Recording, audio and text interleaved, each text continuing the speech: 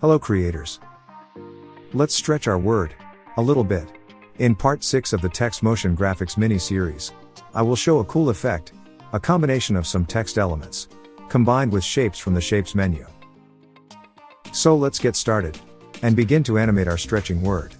As always, I will add a text element, and type a word, stretch. I will increase the spacing at 300. I will scale it up at 200. And I will make 2 copies. The lower one, I will make it yellow. If you watched my previous tutorials, you already know that I will use this yellow text as a guide. So, I will lock it in place. The upper one I will drag it aside for a moment, so that I can only see the one in the middle, and to be able to edit the letters. For this one in the middle, I will have only the first 4 letters of the word, and using the yellow guide, I will drag that to the left. Now, again, to be able to edit I'll switch positions. And, for this one I will have the last 3 letters of the word.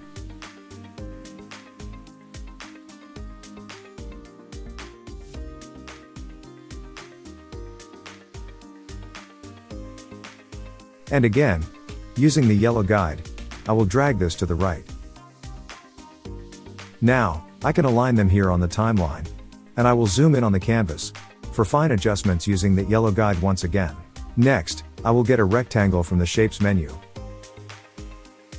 I will reduce the opacity a little bit, and let's give it a red color. This will help me to fine adjust the elements on canvas. I am making this like a long bar. I will zoom in and my intention is to have its width perfectly matching with this leg of letter E. I go on and zoom in even more, so I can be sure it will align perfectly on the edge. And the upper edge as well. In settings, I will go here, and I will unlock the X and Y axis of the scale settings. And I will modify only the X value and make it maybe 200. Or maybe 245. Next, I will duplicate this long bar, and one more time, so I will have 3 long rectangles. I will zoom in, and I will position each of these rectangles to match this legs of letter E. I will bring the opacity all the way up to 100, for all these 3 rectangles, and I will give them that orange color that I used before. Now, let's add some custom animations. I will start with the lower one here on the timeline. And I will set only scale. The starting position of these rectangles needs no modification. And moving the playhead over to the right, I will set only the X scale value at 0. I will fast forward while I will repeat the same animation settings for the other 2 rectangles. Please notice that I moved these 3 rectangles below the 2 text objects here on the timeline, and I will get them all aligned right here. Actually, I will move these text elements a little to the right. And now, for this one, with the first 4 letters, I will add a preset animation, and I will set it to slide right. While for the other one, with the last 3 letters, I will set a slide left animation.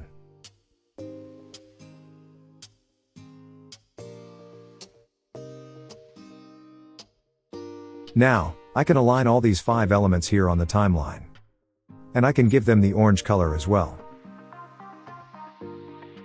I select all 5, and I will make them shorter, about 1 second long. Now, I can unlock the yellow text that served me as a guide, and I will use it to continue to animate the whole title, starting right here where the animation I've just created ends. Let's change the yellow color with the same orange color I've used.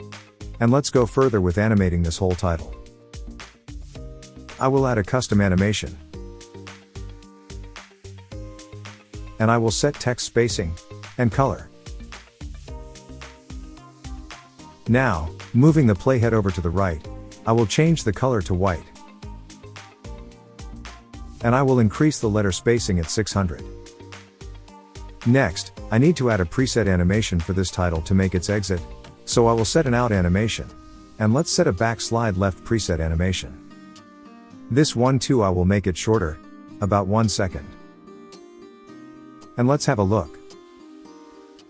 For the exiting animation, I go to animation settings, and for text animation I will set letters, and let's increase the text offset to about 50%. One more detail, I think it will look much better if I will uncheck the fading from the 2 half-word elements here on the timeline.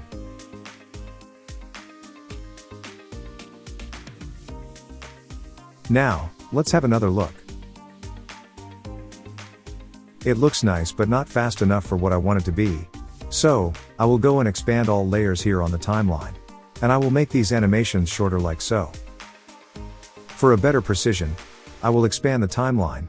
And now, I can better adjust them. I will make all animations shorter. Retract the timeline and let's make all these 5 elements shorter as well. And even this whole word here. I will make the animations shorter and adjust this one as well. And let's have a look. So, this is a way to combine text elements with shapes to create an eye-catchy effect.